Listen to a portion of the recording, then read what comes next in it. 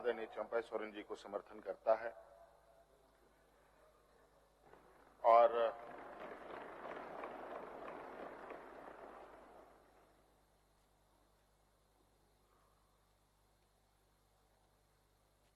मैं कहना चाहूंगा 31 जनवरी की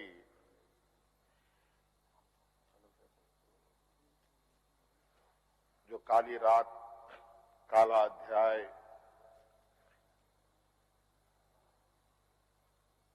देश के लोकतंत्र में नए तरीके से जुड़ा है।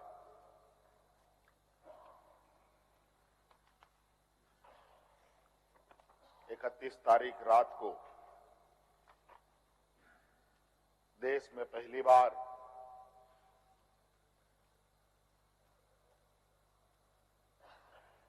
किसी मुख्यमंत्री का गिरफ्तारी हुई हो, मेरे संज्ञान में नहीं है।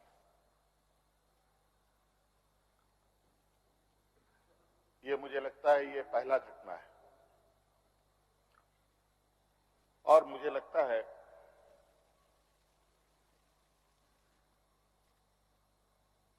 इस घटना को अंजाम देने में कहीं ना कहीं राजभवन भी शामिल रहा है।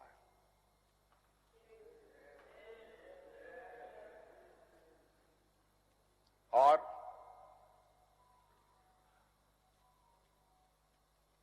जिस तरीके से ये घटना घटित हुई है, मैं बहुत आश्चर्यचकित हूं।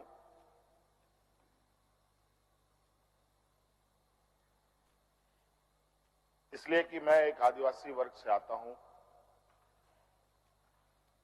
नियम, कायदे, कानून की जानकारी का थोड़ा अभाव रहता है। बौद्धिक क्षमताएं अभी हमारे विपक्ष के बराबर हम लोगों की नहीं है, लेकिन सही गलत की समझ तो हर इंसान भी रखता है, हर जानवर भी रखता है।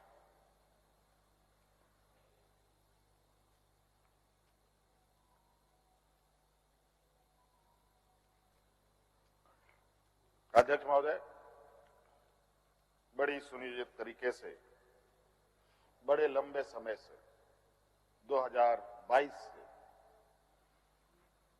31 तारीख को दिए गए अंजाम की पटकथा लिखी जा रही थी।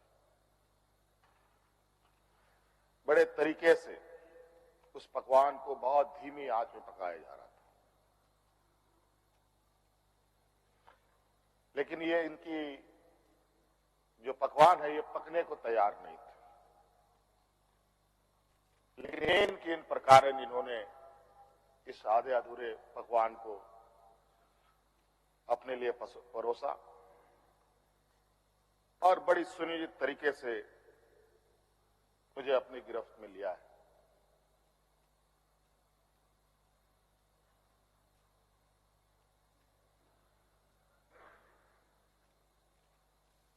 और आज कहीं ना कहीं ऐसा लगता है अध्यक्ष महोदय कि बाबा भीमराव अंबेडकर जी का जो सपना था कि सभी जात धर्म के लोग एक समान प्लेटफॉर्म पे आए, एक बराबरी और एक साथ चले, मुझे लगता है कि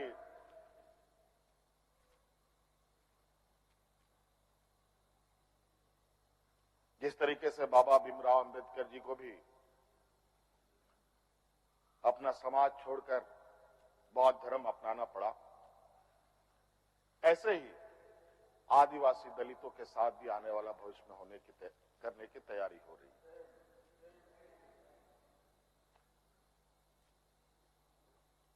बड़ा सुनियोजित तरीके से अनेकों कालखंड को देखेंगे अध्यक्ष महोदय, जो इन आदिवासी दलित पिछड़े अल्पसंख्यक के ऊपर अत्याचार हुए हैं, वो अत्याचार अध्यक्ष महोदय नए नए चेहरे, नए नए शक्ल, नए नए रूप में दिखते रहे हैं। आज उसी का जीता जागता उदाहरण 31 जनवरी को देखने को मिला है।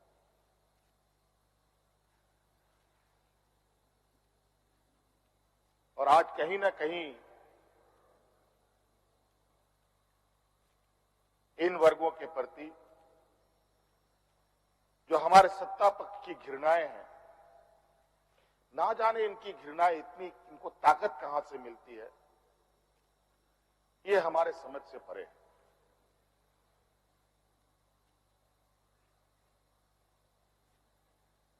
इतनी घृणा, इतना द्वेष का के प्रति इनका आदिवासी दलितों के प्रति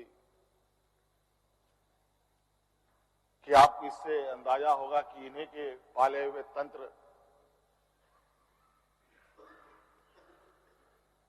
ये कहते शर्माते नहीं कि ये जंगल में थे तो जंगल में ही इनको रहना चाहिए। हम जंगल से बाहर आ गए, इनके बराबर बढ़ गए तो इनके कपड़े मैले होने लगते।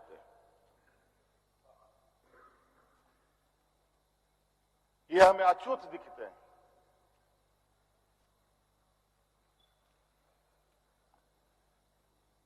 और इन्हीं विडंबना को तोड़ने के लिए हमने एक प्रयास किया था अध्यक्ष महोदय,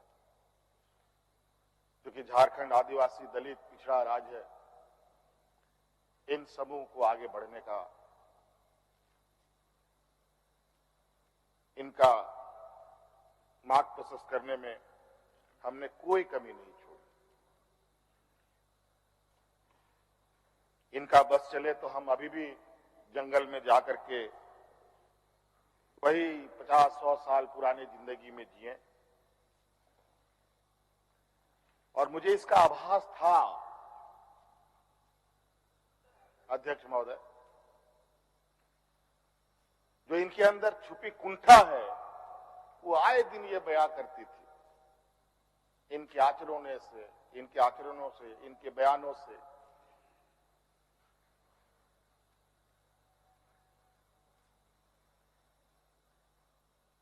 लेकिन हमने हार नहीं मानी है अध्यक्ष महोदय। इनको लगता है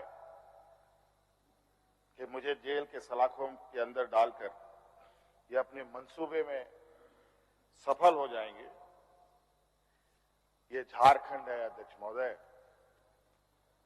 ये देश का एक ऐसा राज्य है जहां हर कोने में आदिवासी दलित पिछड़े वर्गों से अनगिनत सिपाहियों ने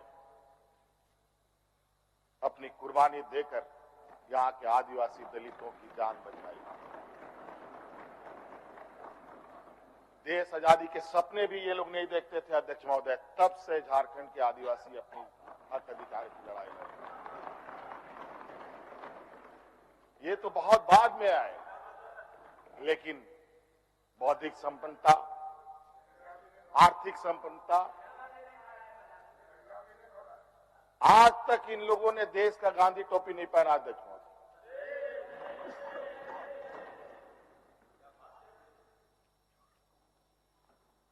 अध्यक्ष महोदय, ईडी, सीबीआई, इनकम टैक्स,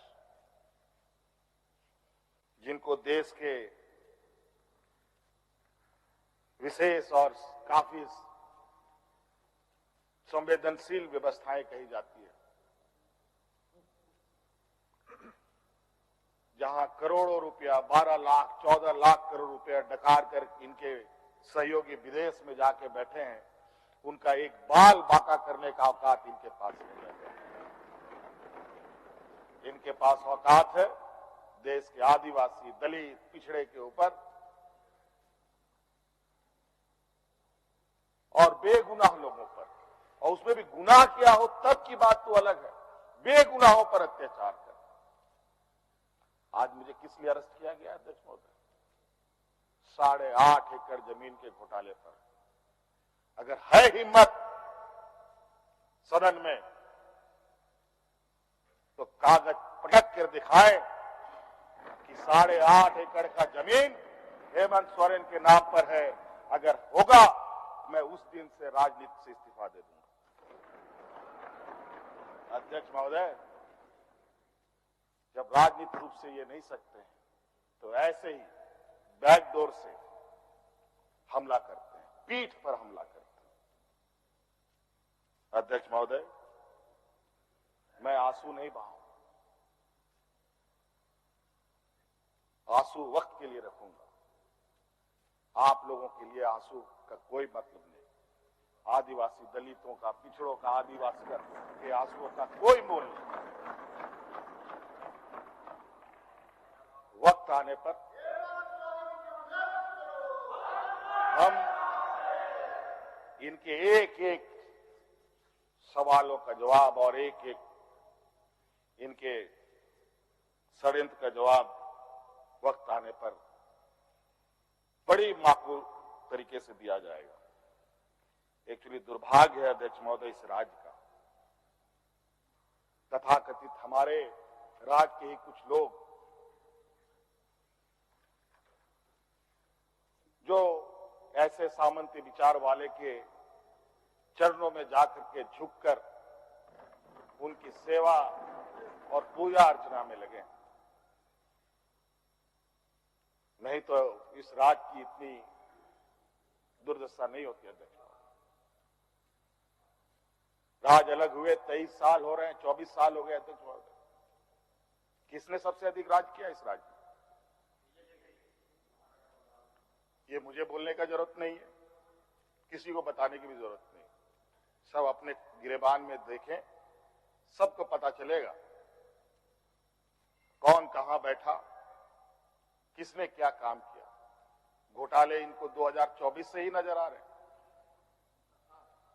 2000 से नजर नहीं आ रहे, 2019 से ही इनको नजर आ रहे हैं। आज ये नहीं चाहते अध्यक्ष महोदय, देश का आदिवासी, दलित, पिछड़ा, अल्पसंख्यक देश के सर्वोच्च स्थान पर पहुंचे। ये नहीं चाहते कि ये जज बने, ये नहीं चाहते ये आईएएस आईपीएस बने, ये नहीं चाहते ये राजनेता बने। इन्हीं के साथ बैठे लोग हैं। इन लोगों ने भी आदिवासी नेता बनाया था मुख्यमंत्री। बता दीजिए इन कितने आदिवासियों ने 5 साल पूरे किए। और मुझे पता था कि मुझे भी 5 साल पूरा करने में रोड़े अटकाएंगे। रिकॉर्ड में नहीं लिखना चाहिए, रजिस्टर में नाम नहीं आना चाहिए, बस यही। अध्यक्ष महोदय, हम लोगों ने सर झुकाकर चलना नहीं सीखा। यही खासियत है आदिवासियों। लेकिन होता है कि सरसों में ही भूत है तो सारा भूत भागेगा का, माफ कीजिएगा, सरसों में ही भूत है तो भूत भागेगा का। यहां कुछ भूत ऐसे भी हैं जिसकी वजह से ये कठिनाइयों का सामना करना पड़ता है। बहुत प्रयास हुआ, जब जब हम लोगों ने अलग राज्य का परिकल्पना किया तब भी इन लोगों ने हंसी उड़ाई कि आदिवासी लोग अलग राज्य लेगा। जब हम सत्ता में आए, आदिवासी सत्ता चला पाएगा, कुछ दिनों में गिर जाएगा। मैं हवाई जहाजों में चलता था अध्यक्ष महोदय, उसमें भी इनको तकलीफ। मैं 5 स्टार होटलों में रुकता था, उसमें भी इनको तकलीफ। मैं बीएमडब्ल्यू कार में घूमता हूं, उसमें भी इनको तकलीफ।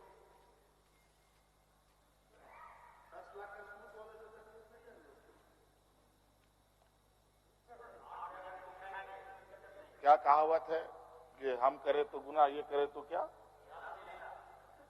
यही कहावत है। खैर छोड़िए अध्यक्ष महोदय, बड़ा विचित्र स्थिति है। अब जो स्थिति दिखाई दे रहा है अध्यक्ष महोदय, कुल मिलाकर झारखंड के परिप्रेक्ष्य के अलावा पूरे देश के पैमाने में अब आदिवासी, दलित, पिछड़ा, अल्पसंख्यक सुरक्षित नहीं। विशेषकर झारखंड में तो यहां के खनिज संपदाओं को, जो वर्षों से इस पर लोगों की गिद्ध नजर है और आगे भी रहेगी। ये तो हम थे अध्यक्ष महोदय, ये बहुत फूक फूक करके उनको आगे बढ़ना पड़ता था। ये खुला दरवाजे की आदी हो चुके हैं। इनको कोई रोक टोक नहीं कर सकता। जो इनके सामने आएगा वो इसी तरीके के अंजाम से उसको गुजरना पड़ेगा। और इनको लगता है ऐसे अंजाम देने से झारखंड के लोग घबरा जाएंगे। ये आप लोगों की बहुत बड़ी भूल है, और इतनी बड़ी ये भूल होगी जो झारखंड का इतिहास आपको कभी माफ नहीं करेगा। अध्यक्ष महोदय,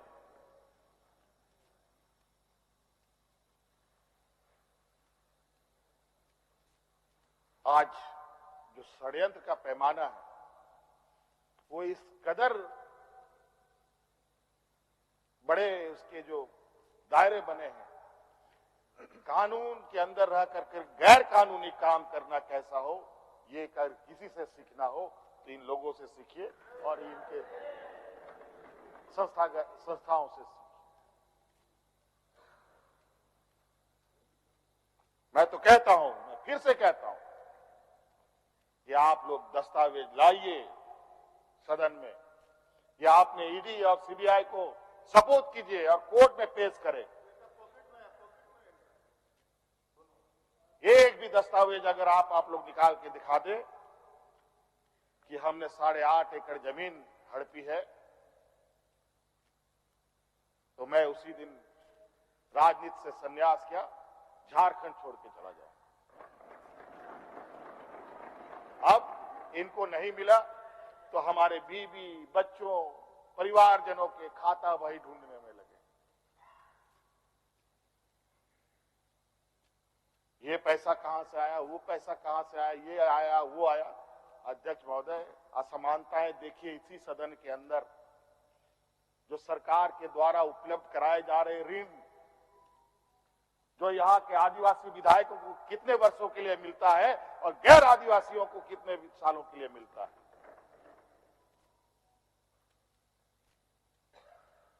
इस विषय पर गंभीरता से सोचने की आवश्यकता है। देखो, ये बहुत लंबी लड़ाई है। आज जिस तरीके से बड़ा मछली छोटा मछली को खा जाता है, सामाजिक व्यवस्था में भी यही कहानी है। एक बड़ी व्यवस्था छोटी व्यवस्था को खाने का हर बरकस प्रयास करती है। प्रभु राम का प्राण प्रतिष्ठा हुआ 22 जनवरी को। राम राज आ गया, पहला कदम बिहार पड़ा। बेचारा एक पिछड़ा वर्ग का व्यक्ति की क्या हद होगी आप जानते हैं। दूसरा कदम झारखंड पर पड़ा, एक आदिवासी मुख्यमंत्री को निगलने का प्रयास। क्योंकि इस आदिवासी मुख्यमंत्री के शरीर में हड्डियां कुछ अधिक है, इसलिए उस हड्डी को निकालने के लिए ईडी उसका डिसेक्शन करने में लगी हुई, ताकि हम कैसे इसको निगल जाए। लेकिन इतना आसान नहीं। गलती से गले में फंस गया तो पूरा का पूरा आंतड़ी फाड़ के बाहर। इस वजह से संभल के खाने का कोशिश कीजिएगा। इस वजह से अध्यक्ष महोदय, मुझे कोई गम नहीं कि मुझे आज ईडी ने पकड़ा। जिस तरीके से बंधुदा का सदस्यता लिया, ये आप चुनाव नहीं लड़ सकते हैं। हो सकता है मेरा भी यही असर है। सत्ता लुलुपता के लिए हम लोग कभी नहीं आए अध्यक्ष महोदय। लेकिन ये बात मैं इस सदन में कहना चाहूंगा कि झारखंड मुक्ति मोर्चा का उदय झारखंड के मान सम्मान स्वाभिमान को बचाने के लिए हुआ है। और इस मान सम्मान स्वाभिमान के प्रति जो भी बुरी नजर डालेगा उसको हम मुंह तोड़ जवाब देंगे, चाहे राजनीतिक रूप से हो, चाहे कानूनी रूप से हो, चाहे वो किसी भी जंग मैदान में हो। ये हमारा संकल्प है।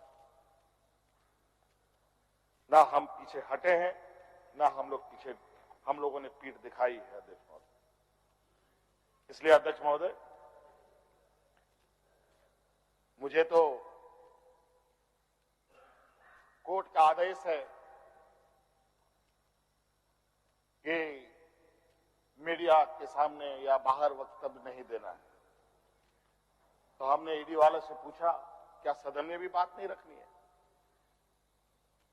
तो उन्होंने ये भी कहा नहीं, सदन में भी आप नहीं रख सकते। हम बोले वाह।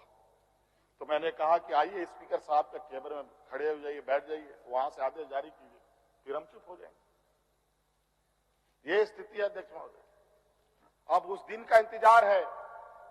अभी तो गवर्नर हाउस का quorum पूरा हो गया। अब विधानसभा से लोग कब अरेस्ट होंगे, राष्ट्रपति भवन से कब अरेस्ट होंगे, लोकसभा राज्यसभा से लोग कब अरेस्ट होंगे? 150, 200 सांसदों का निलंबन।